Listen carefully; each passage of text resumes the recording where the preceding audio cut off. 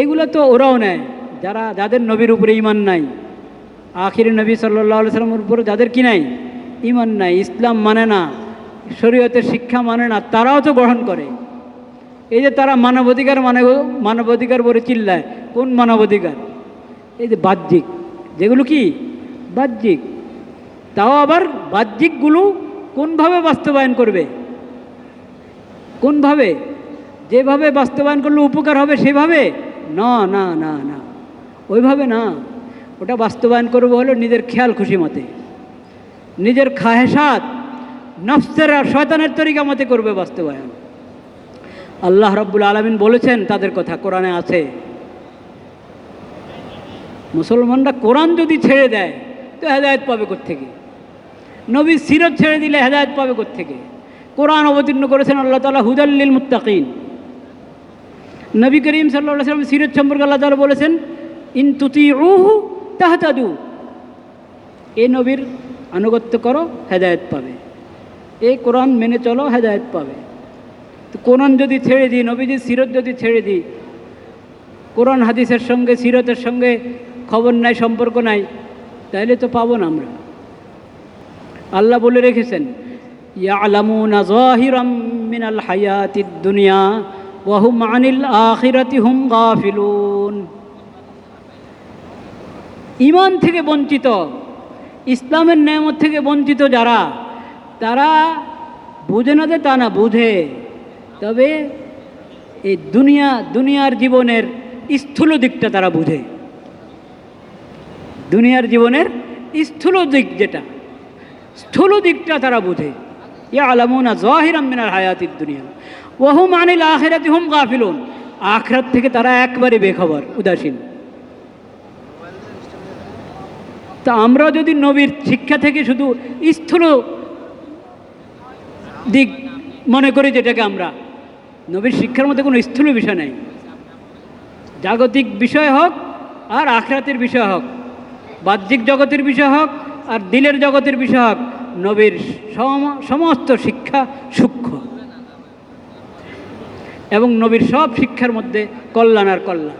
কিন্তু আমরা মনে করি আমাদের দেমাগে যেটা ঢুকে বাস ওটাই নাও, আমার দেমাগে বা আমার গুরুর দেমাগে যেটা ঢুকে ওটা গ্রহণ করি, আর যেটা বুঝতে পারি না, যেটার তাৎপর্য, যেটার হিকমা বুঝতে পারি না, ওটার প্রতি আগ্রহ বোধ হয় না, এটা কখনো মুমিনের সিফত হতে পারে না, মুসলিমের সিফত হতে পারে না।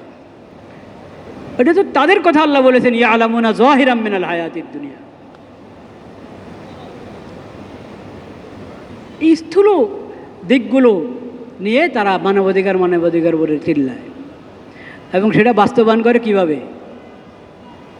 যেগুলো মানবতা বিধ্বংসী, বলেন কি মানবতা বিধ্বংসী কাজ, ওগুলোকে তারা বলে মানবাধিকার। ওগুলোকে বলে কি মানবাধিকার। মানবতা বিধ্বংসী কাজ এটা কখনো মানবাধিকার হতে পারে? ওগুলো বাস্তবায়ন করার জন্য ঢাকা অফিস বানিয়েছে, এবং দুঃখজনকভাবে এটা নাকি মোটামুটি চূড়ান্ত হয়ে গেছে। বলেন নাউজুবিল্লাহ। এটা আত্মঘাতী হয়েছে। এটা কি হয়েছে? আত্মঘাতী হয়েছে। ইতিহাসকে আমরা সাক্ষী রাখলাম, আসল সাক্ষী তো কে? আল্লাহ। এটা আত্মঘাতী হয়েছে।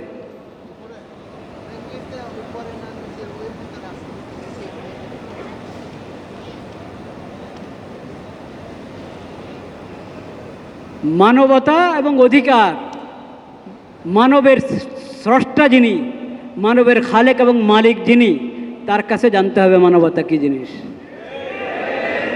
মানব অধিকার কী জিনিস, তার কাছে জানতে হবে, তার কাছে জানতে হবে। আর এই মানব অধিকার বলে যারা চিল্লায়, আরেক দেশে গিয়ে এই লেভেলে অফিস বানিয়ে কি ঘটাবে, কি করবে, সেটা যারা দস্তখত করেছে ওরাও বুঝে না যে তা না,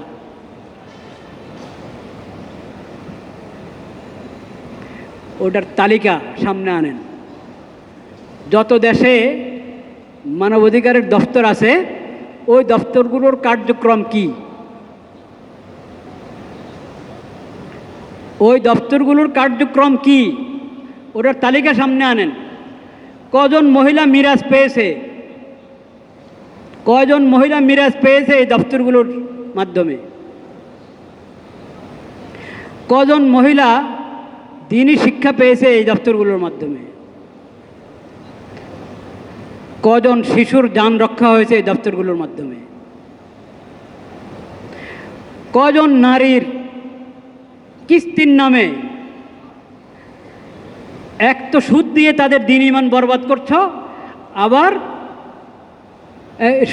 সুদের ভিত্তিতে ঋণ দিয়ে তাদের দ্বীন ঈমান বরবাদ করছ, আর ঋণের নামে যদ্দূর দিচ্ছ এর কত গুণ বেশি তোমরা সুদ দিয়ে কামাই করছ। এটাকে তোমরা মানবাধিকার বলো? এরপরে আটকায় রাখো তালা দিয়ে, মহিলাকে তালা দিয়ে আটকায় রাখো, মহিলার ঘর ভেঙে নিয়ে আসো। এটা তোমাদের মানবাধিকার? আমাদেরকে দেখাইতে হবে আমরা কিচ্ছু জানি না, কিচ্ছু শুনি না আমরা।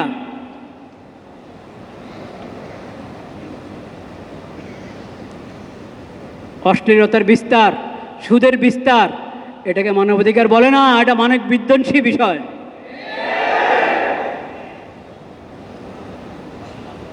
মহিলাদেরকে বেপর্দা বানানো, এটা মানবাধিকার নয়। মহিলাদেরকে পুরুষ বানানো, পুরুষকে মহিলা বানানো মানবাধিকার নয়, এটা মানবতাকে ধ্বংসকারী। আল্লাহ তুমি সাক্ষী থাকো, আমরা এই সমস্ত কুফরি কর্মকাণ্ড থেকে বিলকুল আমরা সম্পর্কহীন, আমরা সম্পর্কহীন। আল্লাহ তুমি সাক্ষী থাকো, আমরা আমাদের এগুলোর ব্যাপারে আমরা এগুলো যে কুফরি কর্মকাণ্ড, হারাম কর্মকাণ্ড তোমাকে নারাজ করে, তোমাকে অসন্তুষ্ট করে, তোমার মাখলুকের হক নষ্ট করে, অধিকারের নামে অধিকার নষ্ট করে, ইয়া আল্লাহ আমরা এই কথার উপর আমাদের ঈমান আছে, আমরা তোমাকে সাক্ষী রাখলাম। আর যারা অধিকার বিনষ্টকারী, অধিকার বিধ্বংসকারী কর্মকাণ্ডের সাথে যুক্ত, আমরা তাদের থেকে একবারে সম্পর্কহীন। আল্লাহ তুমি সাক্ষী থাকো।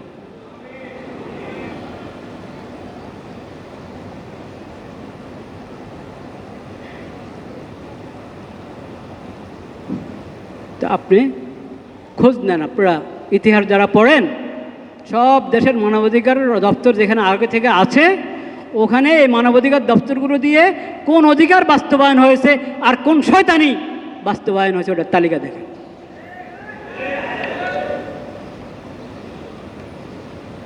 প্রতারণা করা উচিত না কারোর জন্য।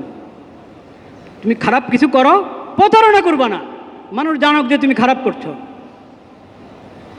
অন্যায় করবা, জুলুম করবা, অশ্লীলতার বিস্তার ঘটাবা, মানবতাকে নষ্ট করবা, আর এটার উপরে মানবতা অধিকারের লেবেল লাগাবা, এই